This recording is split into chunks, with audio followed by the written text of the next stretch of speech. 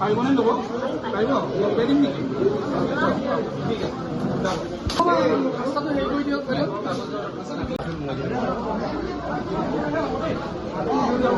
বাইদেউ বাইদেউ বাইদেউ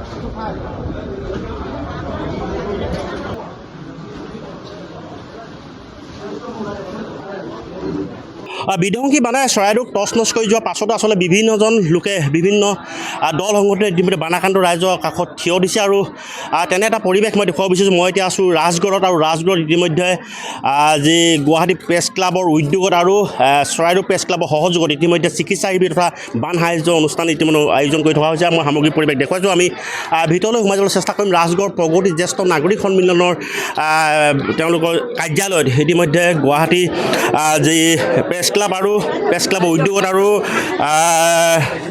চৰাইদেউ প্ৰেছ ক্লাবৰ সহযোগত ইতিমধ্যে বানাক্ৰান্ত লোকসকলক যি চিকিৎসা তথা বান সাহায্য অনুষ্ঠান তেওঁলোকে আয়োজন কৰিছে। মই ভিতৰৰ পৰিৱেশ দেখুৱাইছোঁ। যথেষ্ট ৰাইজ ইতিমধ্যে সমাগত হৈছে আৰু ইয়াৰ পৰিৱেশ দেখুৱাইছোঁ গুৱাহাটী প্ৰেছ ক্লাবৰ উদ্যোগত আৰু চৰাইদেউ প্ৰেছ ক্লাবৰ সহযোগত এনেদৰে বানাক্ৰান্ত ৰাইজক ইতিমধ্যে তেওঁলোকে যাৱতীয় ব্যৱস্থা গ্ৰহণ কৰি থকা আমি দৃশ্য দেখুৱাইছোঁ। ND24 জৰিয়তে আমি দেখুৱাইছোঁ। আচলতে বানাক্ৰান্ত ৰাইজৰ কাষত ইতিমধ্যে প্ৰতিজন লোকে থিয় দিছে। প্ৰতিজন দল সংগঠন অনুষ্ঠান প্ৰতিষ্ঠানে ইতিমধ্যে বানাক্ৰান্ত ৰাইজৰ কাষত থিয় দিছে বুলি ক'ব লাগিব। মই পৰিৱেশ দেখুৱাইছোঁ।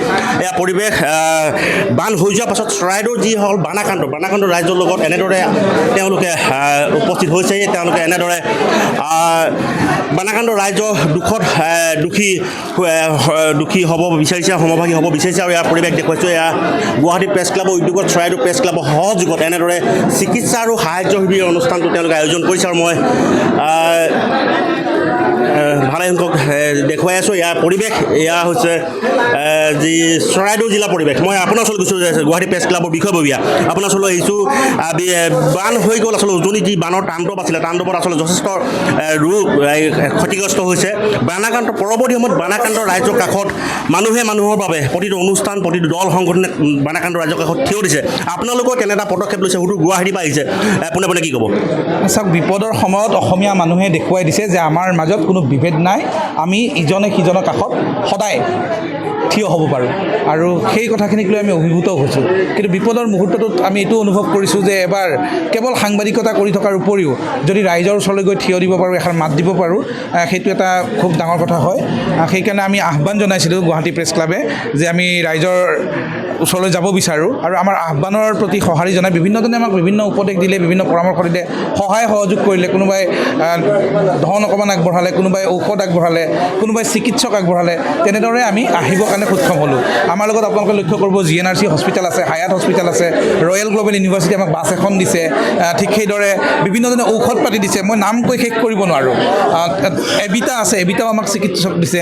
এনেদৰে আমি আহি 3টা কেম্প কৰাৰ লক্ষ্য ৰাখিছিলোঁ। আমাৰ আজি 3য়টো কেম্প আৰু আপোনালোকে দেখিছে পৰিৱেশ যে আমি অন্ততঃ দুৰ্গতসকলৰ কাষলৈ আহি থিয় দিব পাৰিছোঁ, এষাৰ মাত দিব পাৰিছোঁ আৰু কিছু সামগ্ৰী আমি অন্ততঃ আগবঢ়াবলৈ কাৰণে সক্ষম হৈছোঁ। আৰু আমাৰ যিটো পদক্ষেপ আছিলে সেই পদক্ষেপৰ দ্বাৰা যদি এগৰাকী ব্যক্তি এটা পৰিয়ালেও অকণমান হ'লেও উপকৃত হোৱা বুলি ভাবে, আমি যথেষ্টখিনি আমাৰ শ্ৰম সাৰ্থক হোৱা বুলি ভাবিম। আমি এইটো কথা বিশ্বাস কৰোঁ যে যিসকলৰ ক্ষতি হ'ল সেই ক্ষতি অপূৰণীয়। আমি একোৱেই কৰিব নোৱাৰোঁ। চৰকাৰে কাম কৰি আছে, প্ৰশাসনে কাম কৰি আছে, বিভিন্ন NGOই কাম কৰি আছে, ব্যক্তি বিশেষ দল সংগঠনে কাম কৰি আছে। তাৰ মাজতো আমি গুৱাহাটী প্ৰেছ ক্লাবে অকণমান তাত সহযোগ কৰিব বিচাৰিছিলোঁ আৰু এই লক্ষ্য লৈ আমি উজনি অসমলৈ আহিছিলোঁ। আচলতে এয়া আছিল তেওঁলোকৰ মন্তব্য। য'ত কিঞ্চিত হ'লেও তেওঁলোকে সহায়ৰ হাত আগবঢ়াব বিচাৰি নিশ্চয় সাধুবাদৰ পাত্ৰ সহযোগ কৰিছে চৰাইদেউ প্ৰেছ ক্লাবৰ বিষয়ববীয়া আছে মই আপোনাৰ ওচৰলৈ গৈছোঁ গোটেই বিষয়টো বাণাকান্ত ৰাইজৰ কাষত আপোনালোকে যেনেদৰে থিয় হৈ দিছে ই আজি নিশ্চয় আজিৰ তাৰিখত সাধুবাদৰ পাত্ৰ কি ক'ব চাওক এই কঠিন এই এটা দুৰ্যোগৰ সময় এই দুৰ্যোগৰ সময়ছোৱাত আচলতে বাতৰি পৰিৱেশনৰ মাজতে সীমাবদ্ধ নাথাকি গুৱাহাটী প্ৰেছ ক্লাবৰ দৰে এটা বৃহৎ দলে আহি আমাৰ ইয়াত আহি চৰাইদেউ অঞ্চলৰ বাণাকান্ত ৰাইজৰ কাষত থিয় দিছেহি তাৰ বাবে মই প্ৰথমতে গুৱাহাটী প্ৰেছ ক্লাবৰ সমূহ বিষয়ববীয়াক ধন্যবাদ আৰু কৃতজ্ঞতা জ্ঞাপন কৰিছোঁ আৰু আমাৰ চৰাইদেউ প্ৰেছ ক্লাবৰ তেখেতলোকে আহি ইয়াত পোৱাৰ লগে লগে আমি তেখেতলোকক আমি আমাৰ চৰাইদেউ জিলাত আমি বাণাকান্তৰ অঞ্চলত তেওঁলোকক এটা চিকিৎসা সেৱী লগতে তেওঁলোকে এটা সাহায্য বিতৰণৰ কাৰ্যসূচী লৈছে তেওঁলোকে আমি ব্যৱস্থাপনা কৰি দিছোঁ আৰু এইবাৰ এই বানৰ সময়ত আচলতে তেওঁলোকে আচলতে সাংবাদিকক বাতৰি পৰিৱেশন কৰাৰ উপৰিও যে তেওঁলোকে এটা সামাজিক যিটো দায়বদ্ধতা সেই দায়বদ্ধতাৰ এটা পৰিচয়টো দাঙি ধৰিছে গুৱাহাটী প্ৰেছ ক্লাবে আৰু তাত আমি আচলতে চৰাইদেউ প্ৰেছ ক্লাবে গুৱাহাটী প্ৰেছ ক্লাবৰ দৰে এটা অনুষ্ঠানৰ লগত আমি কাম কৰিবলৈ পাই অত্যন্ত সুখী হৈছোঁ আৰু তেখেতলোকক ধন্যবাদ জ্ঞাপন কৰিছোঁ আমি আশা কৰিছোঁ অনাগত দিনতো যাতে গুৱাহাটী প্ৰেছ ক্লাবে এনেধৰণে যাতে দুৰ্যোগৰ সময়ছোৱাত ৰাইজৰ কাষত থাকি আচলতে ৰাইজৰ হৈ থাকক যাতে কাম কৰি যাব পাৰে আচলতে ইয়াৰ তেওঁলোকৰ মন্তব্য মই সামগ্ৰিক পৰিৱেশ দেখুৱাবলৈ ভিডিঅ' অনুৰোধ জনাইছোঁ এনেদৰে মই বাণাকান্ত ৰাইজ যেনেদৰে আহিছে আচলতে তেওঁলোকে ইয়াত চিকিৎসা সেৱা গ্ৰহণ কৰিবলৈ ইতিমধ্যে আহিছে আমি দৃশ্য দেখুৱাইছোঁ এনেদৰে তেওঁলোকে শাৰী পাতি আচলতে চিকিৎসা গ্ৰহণ কৰিব বিচাৰিছে আৰু যি গুৱাহাটী প্ৰেছ ক্লাব আৰু তথা চৰাইদেউ প্ৰেছ ক্লাবে যি ব্যৱস্থা গ্ৰহণ কৰিছে ই নিশ্চয় আজিৰ তাৰিখত এক সাধুবাদৰ পাত্ৰ আৰু এই ক্ষেত্ৰত বাণাকান্ত ৰাইজেও আচলতে যথেষ্ট তেওঁলোকৰ সহযোগিতা আগবঢ়াইছে সকলো ৰাইজে ইতিমধ্যে ওলাই আহিছে তেওঁলোকৰ গোটেই বিষয়টো সন্দৰ্ভত আমি ইতিমধ্যে বাতৰি সম্প্ৰচাৰ কৰি আছোঁ মই আপোনাৰ ওচৰলৈ আহিছোঁ গোটেই বিষয়টো কি ক'ব আমি গুৱাহাটী প্ৰেছ ক্লাবৰ উদ্যোগত যিহেতু আমি বান পৰিস্থিতি যেতিয়া আৰম্ভ হৈছিল তেতিয়া আমি ভাবিছিলোঁ যে বানপীড়িত ৰাইজৰ বাবে আমি কিবা এটা কৰোঁ আৰু সেই উদ্দেশ্য আগত লৈ আমি প্ৰথমে ভাবিলোঁ আমি সাহায্য শিবিৰ লৈ যাওঁ কিন্তু সাহায্য শিবিৰৰ কথা যেতিয়া ভাবিলোঁ আপোনালোকৰ লগত কথা পাতিলোঁ তেতিয়া আপোনালোকে এটা আমি ৰিভিউ এটা পাইছিলোঁ যে যথেষ্ট পৰিমাণৰ সাহায্য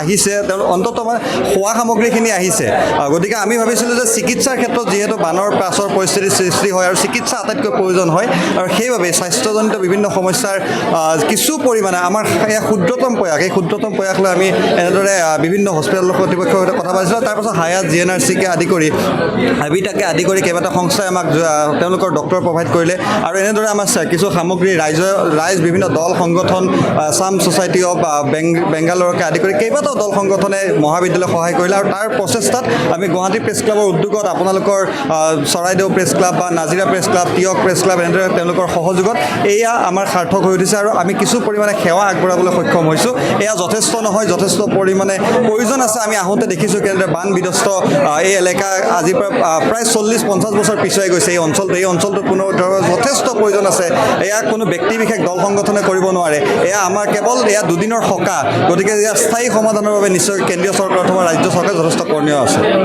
আচলতে ইয়াত তেওঁলোকৰ মন্তব্য এটা কথা ক'বলৈ যোৱা আচলতে বাণাকান্তৰ পাছৰ পৰিৱেশ এইটো আমি বাণাকান্তৰ হৈ যোৱা অঞ্চলসমূহ পাছৰ পৰিৱেশটো দেখাইছোঁ বিভিন্নজনে আচলতে বাণাকান্ত ৰাইজৰ কাষত থিয় দিছে মানুহে মানুহৰ বাবে আচলতে যি আপ্তবাক্যশাৰী ইতিমধ্যে প্ৰতিফলিত হৈছে বুলি ক'ব লাগিব আৰু এয়া হৈছে চৰাইদেউ আজিৰ পৰিৱেশ হয়